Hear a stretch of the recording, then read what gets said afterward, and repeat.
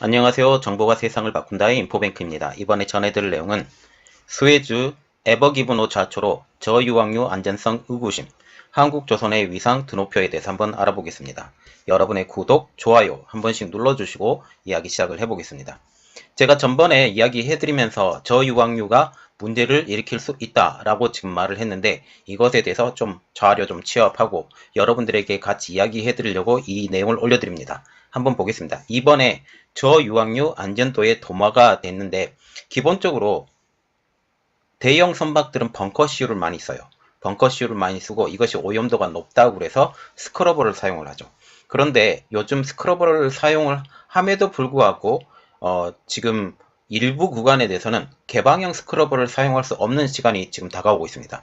이렇게 되면서 일부 구간에 대해서 저유황유를 사용하게 돼야 되는데 이 저유황유를 사용해야 되는 그 이유 때문에 이것이 안전도에 도마가 있을 수 있다라고 지금 얘기가 나오고 있어요. 그래서 지금 이 이야기가 나오는 거죠. 저유황유 안전도의 도마.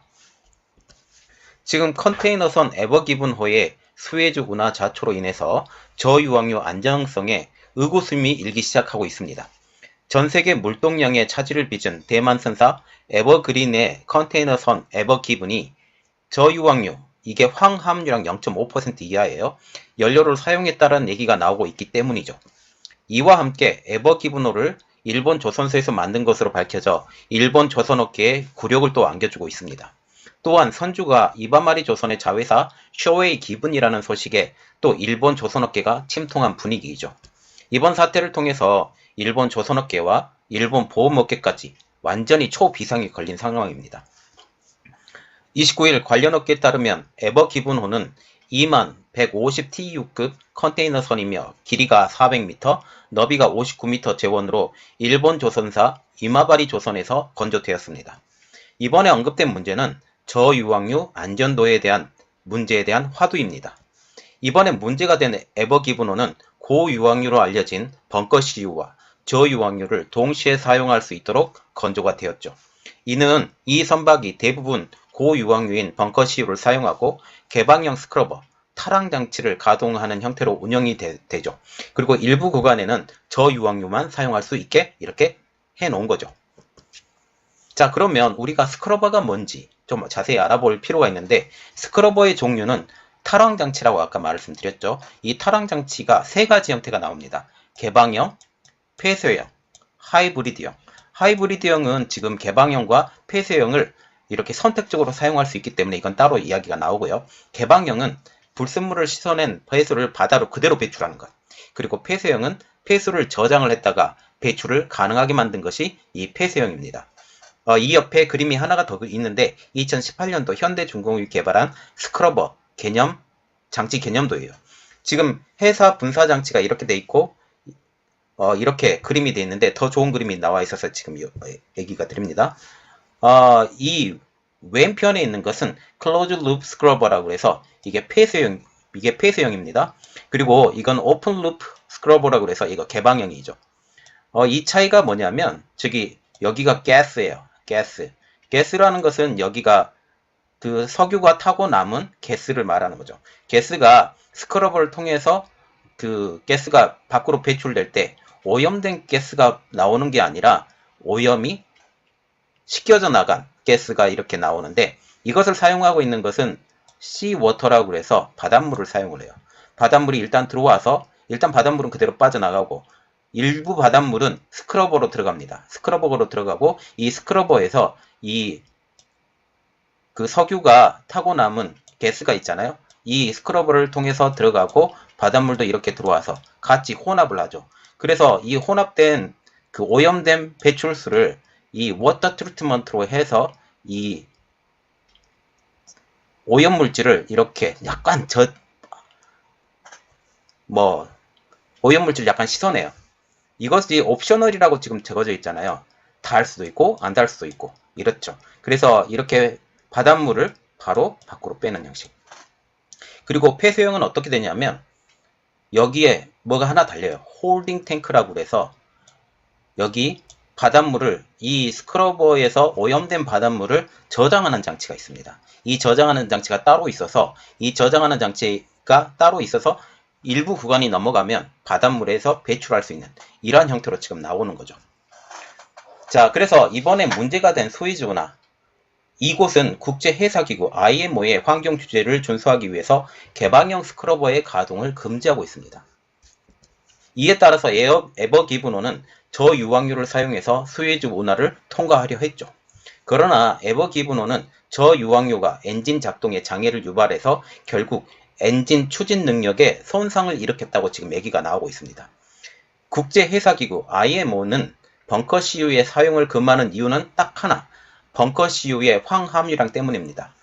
해운 부분의 대기오염 물질 배출량은 전 세계 황 배출량의 12%, 질소 배출량의 13%, 탄소 배출량의 3%를 차지한다고 지금 알려지고 있어요.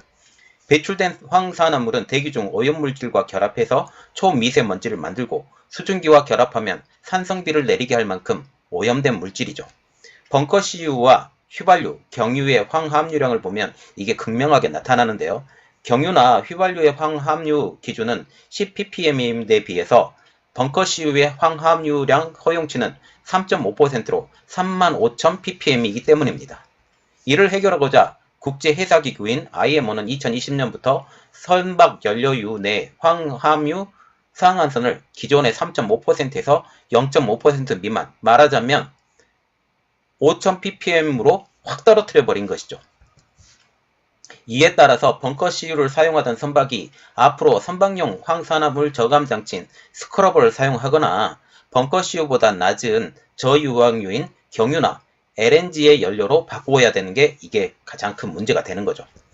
그러나 스크러버의 사용도 문제가 있으니 스크러버를 사용해도 공중으로 뿜어지는 공해는 줄일지 몰라도 오염물질을 여전히 바다로 버리니 그것도 문제가 됩니다. 그래서 수에즈 운하 측은 개방형 스크러버의 사용을 금지하여 수에즈 운하의 오염을 줄이려고 했던 것이죠. 물론 폐쇄형 스크러버의 사용을 해도 여전히 문제가 있습니다. 그 이유는 당장은 폐쇄형을 사용하기 때문에 그곳에서 공해를 줄일지는 몰라도 공해상에서 오염물질을 배출하기 때문이죠.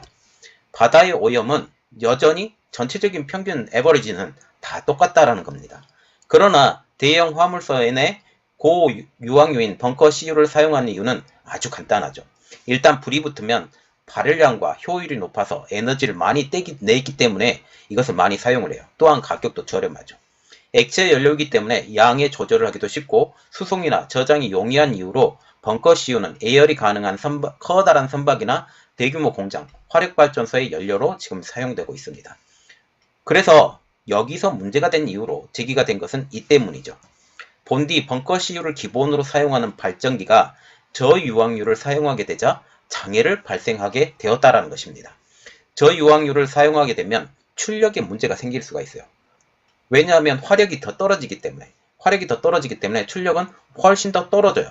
출력이 떨어진다라고 하는 것은 다시 말하면 같은 연료를 떼게 되면 훨씬 떨어지기 때문에 이것이 갑자기 손상이 일으킬 수 있다라는 이런 말이 나오고 있죠. 이것이 문제가 일으켰다라는 주장입니다. 이에 선체가 오른쪽으로 기울어져서 제방과 충돌해 사고가 발생했다라는 것이죠. 이렇듯 저유황유에 대한 안정성의 논란이 있긴 하지만 선사인 에버그린은 구체적인 입장을 아직 내놓고 있지 않습니다. 또한 2018년 에버기브노를 건조한 일본 조선사 이마바리 조선에도 일부 책임이 있다라는 목소리가 나오고 있어요. 에버기브노가 건조될 당시 배 검사와 안전을 담당한 성급은 미국 성급 ABS였습니다. 성급이 선박이 정상적으로 건조되었고 운행에 문제가 없다는 것을 최종 인정하는 업체이죠. 이에 따라서 ABS도 이번 사고에 일부 책임이 있는 것으로 보이고 있죠. 업계 관계자는 수에즈 운하는 세계에서 가장 혼잡한 해상 교통로라고 하면서 선박 건조상 결함 때문에 이번 사고가 만약 발생을 했다면 선박을 건조한 이마바리 조선 그리고 선박을 검사한 ABS는 부실 선박을 제조했다는 비난에서 자유로울 수 없다라고 지금 분석하고 있어요. 이번 사고는 역으로 우리 조선소의 위상을 더욱더 높이는 계기가 될 것으로 보이고 있고 이번에 그 저유황유가 만약 문제가 된다라고 하면 이미 고유황유를 사용하고 있는 벙커 CU를 사용하고 있는 이러한 엔진들이 대대적인 교체 작업이 일어날 수밖에 없는 이러한 상황이 되죠. 그렇게 되면 더욱더 빠른 속도로 LNG선으로 변화될 가능성이 아주 높아져 가고 있습니다. 지금 이 상황을 통해서 우리가 생각을 해야 될 것은 이것이 정말 스크러버를 사용하고 이것에 대해서 뭐 일부 구간이지만 저유황유를 사용하게 될 수밖에 없는 이러한 상황이 된다면 그들은 이렇게 생각을 하겠죠. 완전히 폐쇄형 스크러버를 달든지 아니면 LNG 선박으로 바꾸든지 이런 식으로 일단 해야 되겠다. 그리고 후에 발주되는 것은 LNG 선박으로 이동을 해야 되겠다라는 이러한 생각까지 가질 수 있다라는 거죠. 이렇게 되면 우리나라 조선업계가 화랑이 더 일어날 수가 있어요. 이번 사건을 통해서. 왜냐하면 LNG 선박에 대해서는 우리나라 조선이 타의 추종을 불허하기 때문이죠. 오히려 역으로 이번 사건이 우리나라 조선 위상에 더욱더 크게 될 수 있는 신호탄이 되지 않을까라는 이런 생각을 갖습니다.